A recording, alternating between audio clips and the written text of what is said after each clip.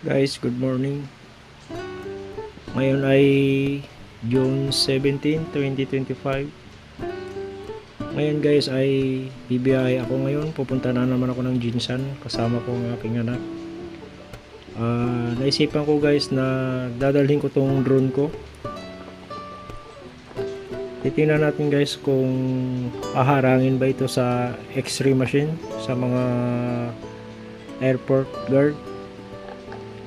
Kasi yung iba napanood ko sa YouTube ay naharang daw sila, na-confiscate daw yung drone nila.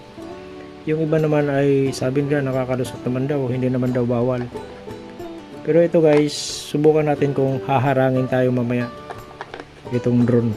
Pero ito guys, maliit lang naman to, 135 grams. Sa palagay ko guys, ang hinaharang yung mga malalaking drone, yung nagtitimbang ng 7 kilos pataas. Kasi yung ganong bigat ay kailangan na talaga yun ng license at registration, yung mga ganong bigat ng drone. Pero ito pang ano lang naman to pang vlog, pang travel o kung ano pa, pang memories. At saka sumunod naman tayo sa patakaran ng mga airlines na halimbawa kung may dala kang battery o power bank ay kailan daw ay nakalagay sa lipo guard or lipo bag. Kung halimbawa may battery ka o kaya power bank ay kailangan ay ilalagay dito. Yun ang patakaran ng mga airlines. Pero sa Philippine Airlines, mahigpit yata na pinagbabawal ang mga power bank. Pero sa Cebu Pacific, basta nakalagay sa lipo guard ay okay lang. At mamaya guys, abangan natin kung haharangin ba nila itong dala kong drone at itong battery kasi ang laman nito guys, nakalagay na dito, naka-ready na. Mamaya guys, abangan natin yung mangyayari kung haharangin ba nila sa X-ray machine. Sinakyan kong Dimetro bigla na lang tumatalon yung ano din.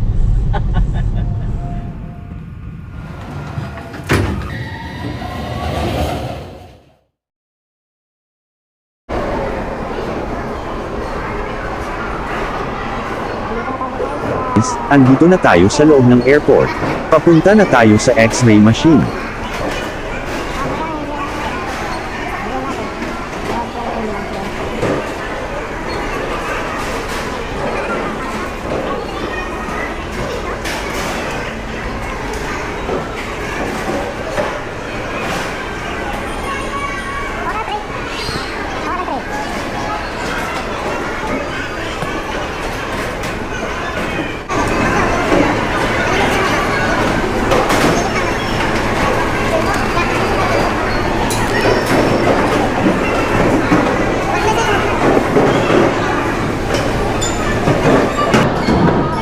Guys, hindi ko na nakuha ng video paglagay ng drone sa tray.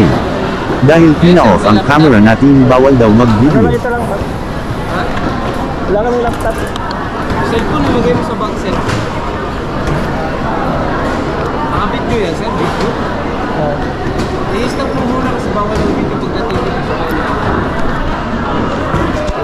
Lagay mo nga sa mga video, sir. Nakapasok na tayo guys. At naka-check-in na rin tayo sa loob ng airport. Wala naman nangyayaring problema. At hindi naman hinarang o sinita ang ating drone. Andito guys ang drone, tingnan natin, nilagay ko lang sa body bag. Sa makatuwid guys ay hindi bawal ang drone sa airport. Ang importante, tanggalin ang battery sa drone at ilagay natin sa LiPo guard ang battery. Ang LiPo guard ay fireproof, hindi ito basta-basta na susunog kung sakali man sumabog ang battery ng drone sa loob ng airplane. Baka mali lang pagkaintindi ng iba. Ang bawal guys ay ang magpalipad malapit sa airport, lalong-lalo na sa loob ng airport. Maaaring makulong pa tayo kung magpapalipad tayo ng drone sa loob ng airport.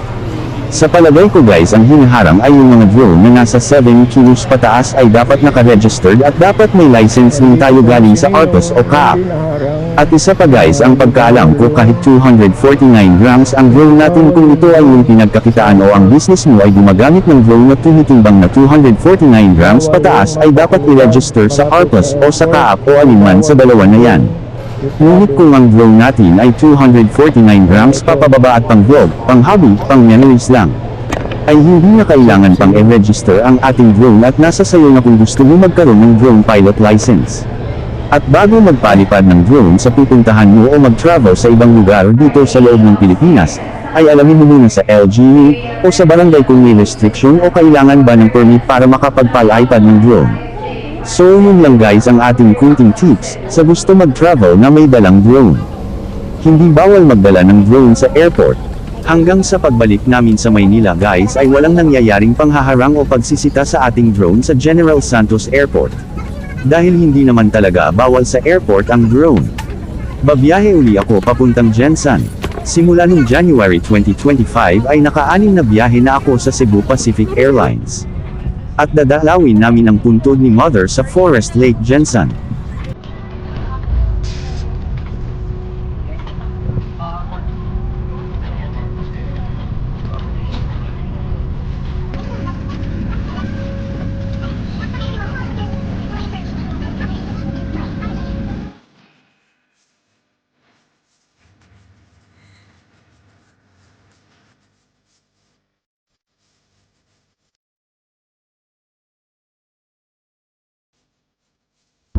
Ito sir, 70 sir. Yung ano, yung barato. Ito po, 70. Sige na. Ito na lang po. Tsaka chichiri. Magkano ba chichiri? Anong chichiri? Piatos. Roast beef na lang available. Lang po. 120 pesos lang. 20 pesos. Wala akong barya. Wala akong barya. 20 pesos. Kahit 500 sir, wala. Wala. Toki yan.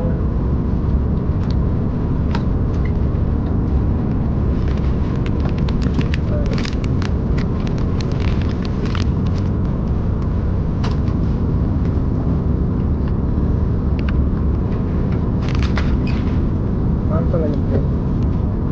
Ayaw mo? Ha? Nagtubig ka naman eh. Chichiri ayaw mo?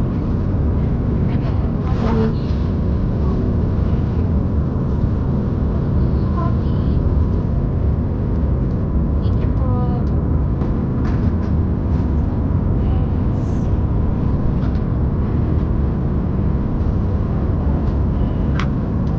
Isang oras pa lang. Kahit tayo manos.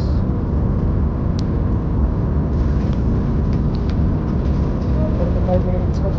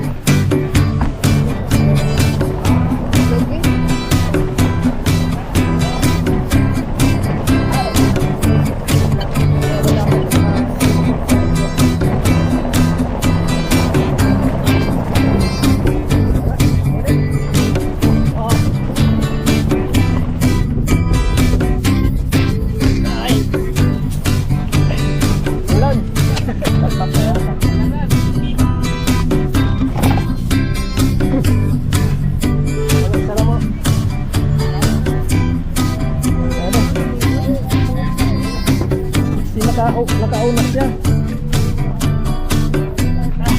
Iho na ko kayo. Guys, kami ay sinundo sa airport ng aking sister at brother-in-law. At medyo malakas ang ulan dito sa Jensan. Welcome to Jinsan. Oh, first time.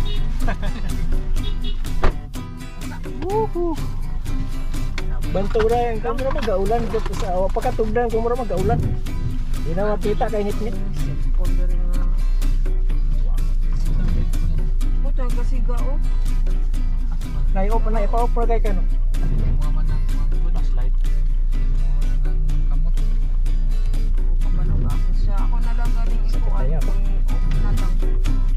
Saan lang yan? Sira na. Ganihara ni gaulan. Gubao na ni nga sa Taligsik pa to ganyan. Mga Init man sa Kwan, Manila. 30 minutes. init dito. Oo. Dati isang adlaw ka. May bata pa yan o. Kulimlim.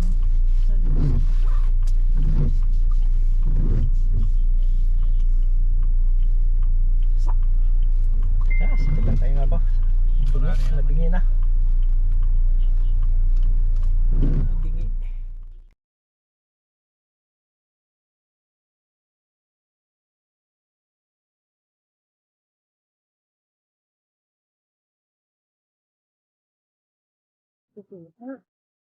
Layo ka lang ano, masasad. Hindi ko na kailangan sa ubuin. Dagdagan mo dyan. Hindi na ako nagsalita kahit pag-apa na. Magpakaway naman ako. Kasi nangot na.